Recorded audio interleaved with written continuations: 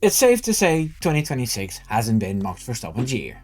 After a problem in qualifying in Australia and a P6 finish, he didn't finish the race in China, and his wonderful outing in his GT3 Mercedes with Verstappen.com ended in a disqualification. To make matters worse, the RB22 and Red Bull's new engine seem to have teething problems and are considered the fourth fastest package. Enough reason for doom and gloom, and people are already speculating about a Verstappen move to another team or another series. But what if I told you that things might be different in Suzuka at the Japanese Grand Prix? That Verstappen's bad luck might finally end. Well, watch till the end to hear what Max himself said about it. I'm Wimbo from Holland, and here's 3 seconds to leave a like.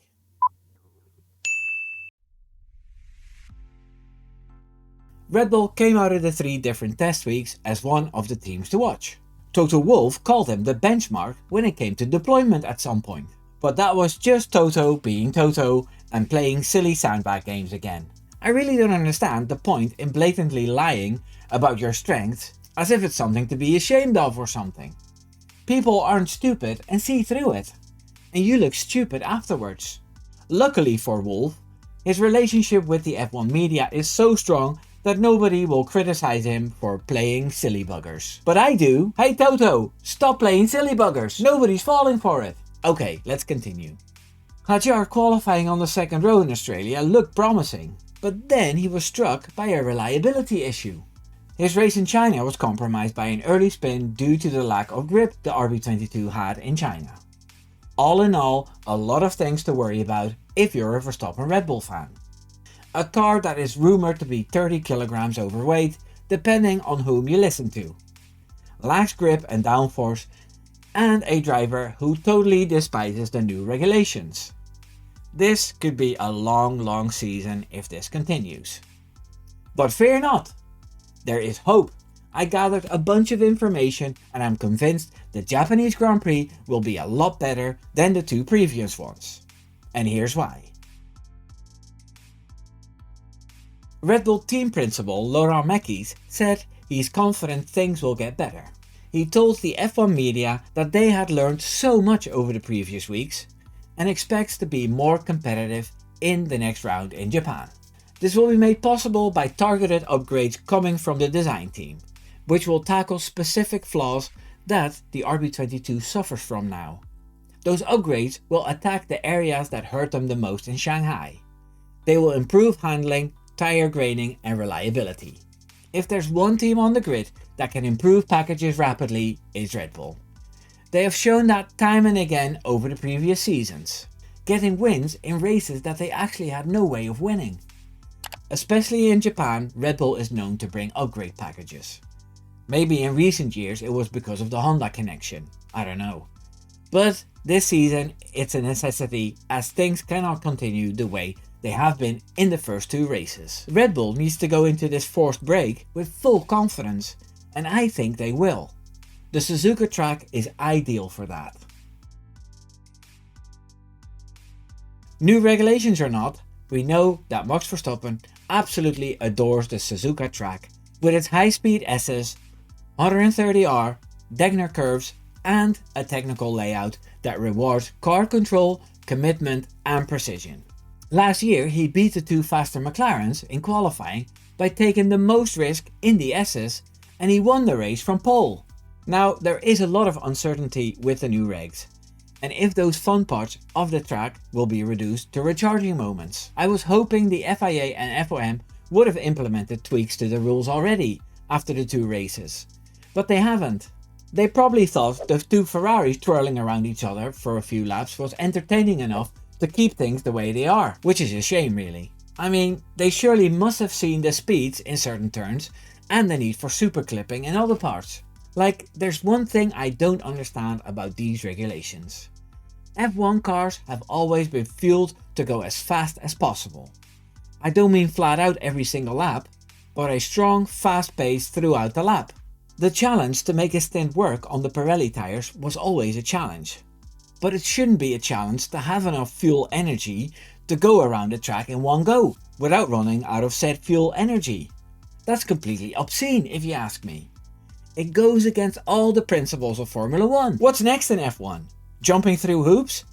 4 different layouts and letting drivers decide which way is quickest? Some people will love it. The 2 top teams won't mind it at all. I know I'm exaggerating here to get my point across. In principle, I have nothing against cars being pushed forward by combustion and battery engines, as long as the lap can be driven in full blast. And spectacular parts of the track should not be reduced to recharging moments. Anyway, that's enough ranting about the regulations. Max Verstappen won the Japanese Grand Prix 4 times in a row. I'd sign up for a podium this time, if I'm completely honest.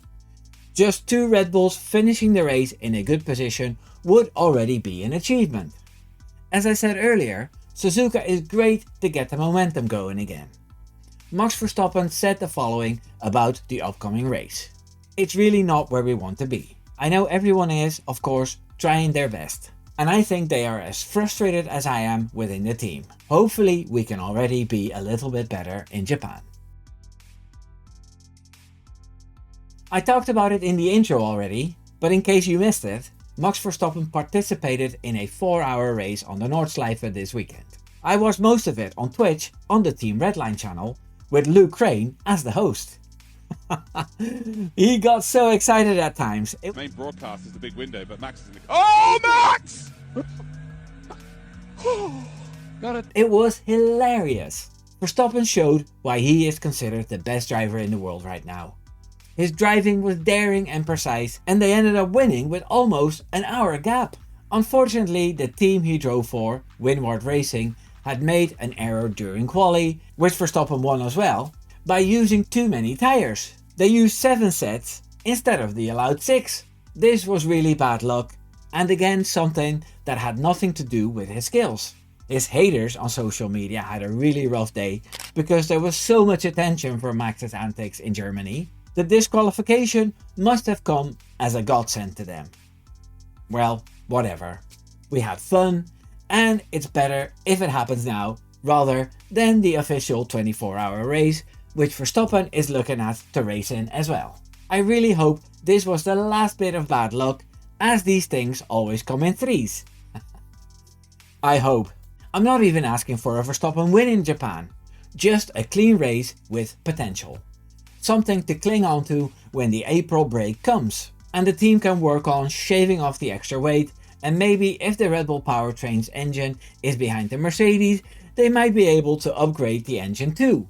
This is a new rule to prevent what happened with the Mercedes dominance from 2014 to 2020.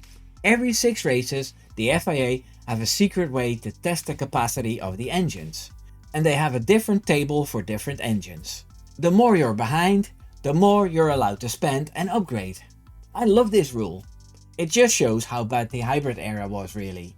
That they implemented wind tunnel sliding scales, a budget cap, and now an engine upgrade system to prevent useless championships because of the dominance. But that's another topic altogether. Sorry, I ranted a bit here, which is strange because the message of this video is one about hope.